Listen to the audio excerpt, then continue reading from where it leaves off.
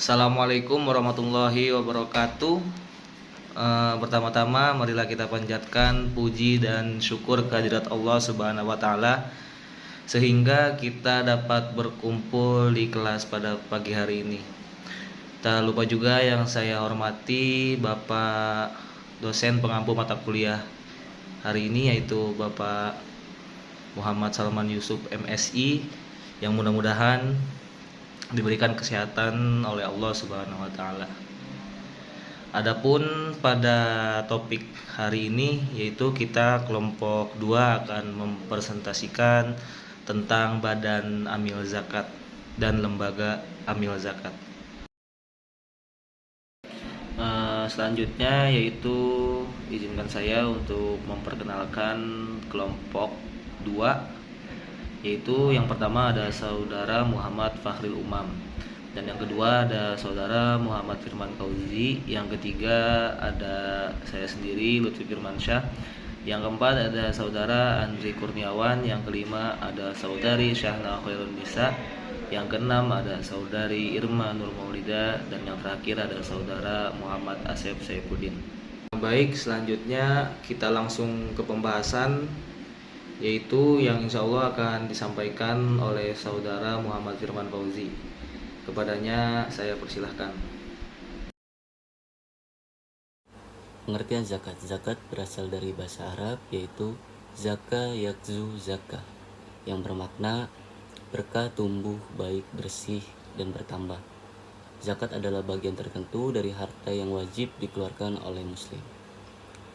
Dasar hukum dan kelembagaan pengelolaan zakat di Indonesia diatur dalam Undang-Undang Nomor 23 Tahun 2011 tentang pengelolaan zakat, juga Peraturan Pemerintah Nomor 14 Tahun 2014 tentang pelaksanaan Undang-Undang Pengelolaan Zakat Nomor 23 Tahun 2011, ada Surat Edaran Mendagri Nomor 450-12/3302/BJ tentang optimalisasi pengumpulan zakat, dan yang terakhir itu Keputusan Menteri Agama Nomor 186 Tahun 2016 tentang perubahan atas Keputusan Menteri Agama Nomor 118 Tahun 2014 tentang pembentukan Badan Amil Zakat Nasional Provinsi.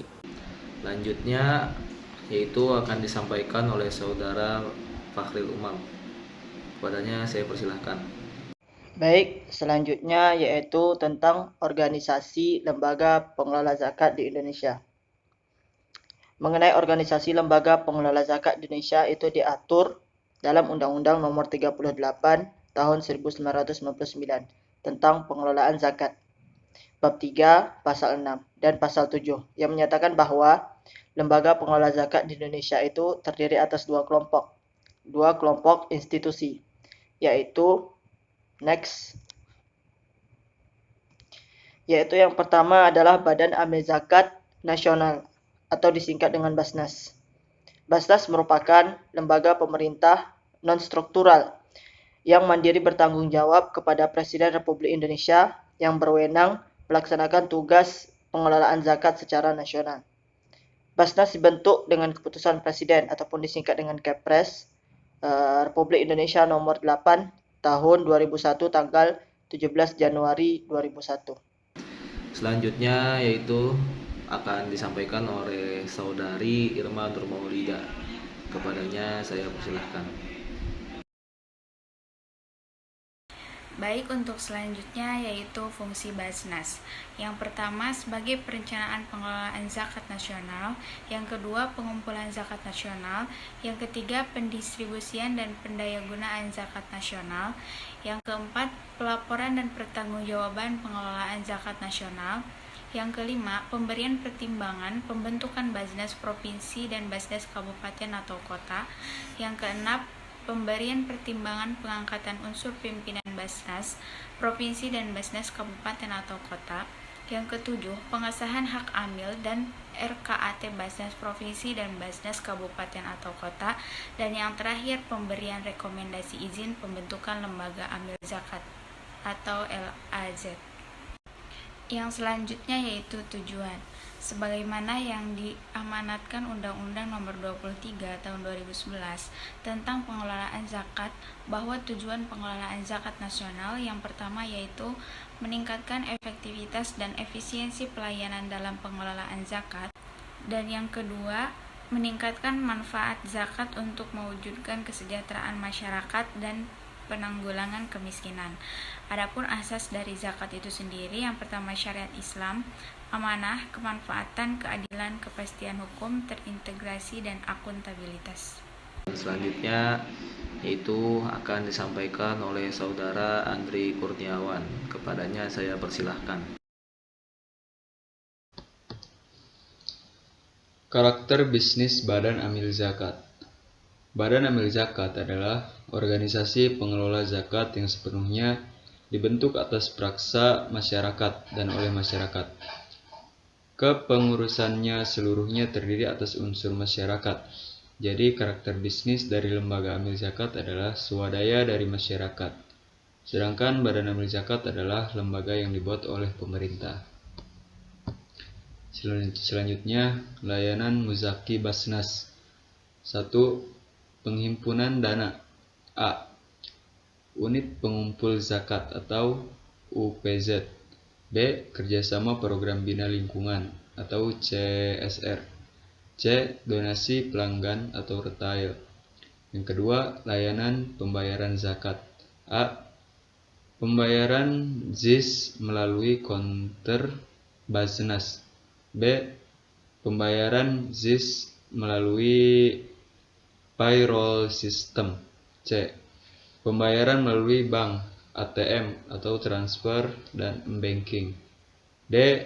Pembayaran melalui e-commerce.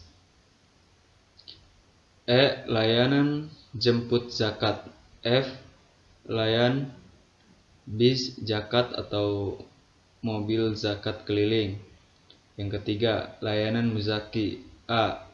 Konsultasi dan konfirmasi zakat. B. Nomor pokok wajib zakat atau NPWZ. C. Bukti sektor zakat atau BSZ dan laporan donasi. D. SMS atau email gateway. E. Muzaki Corner. Selanjutnya akan disampaikan oleh Saudara Muhammad Asep. Kepadanya saya persilahkan. Baik, untuk materi selanjutnya yaitu Lembaga Amil Zakat. Lembaga Amil Zakat merupakan lembaga pengelola zakat yang dibentuk oleh swasta atau di luar pemerintah. Lembaga Amil Zakat adalah institusi pengelola zakat yang sepenuhnya dibentuk atas prakarsa masyarakat dan oleh masyarakat yang bergerak di bidang dakwah, pendidikan, sosial, dan kemaslahatan umat Islam. Lembaga amil zakat ini dikukuhkan, dibina, dan dilindungi oleh pemerintah. Dalam melaksanakan tugasnya, lembaga amil zakat memberikan laporan kepada pemerintah sesuai dengan tingkatannya.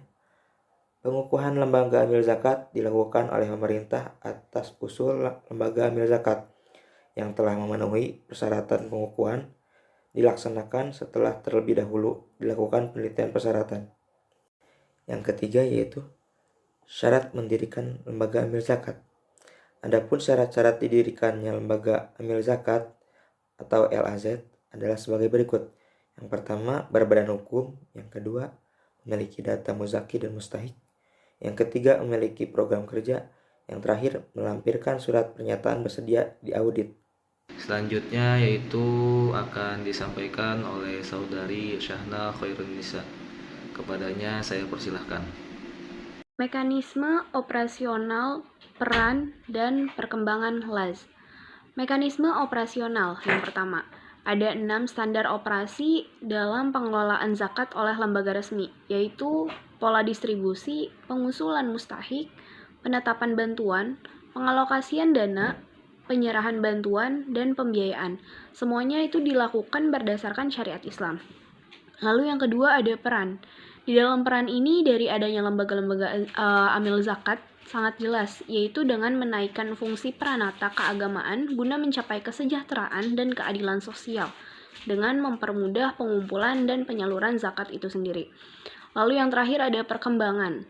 Perkembangan ini mengacu pada statistik zakat nasional. Setiap tahunnya dana yang dikelola dan disalurkan melalui LAZ resmi menunjukkan kenaikan yang cukup baik. Selain dari penyaluran, layanan yang diberikan juga semakin inovatif sehingga mempermudah untuk menyalurkan dan menerima zakat.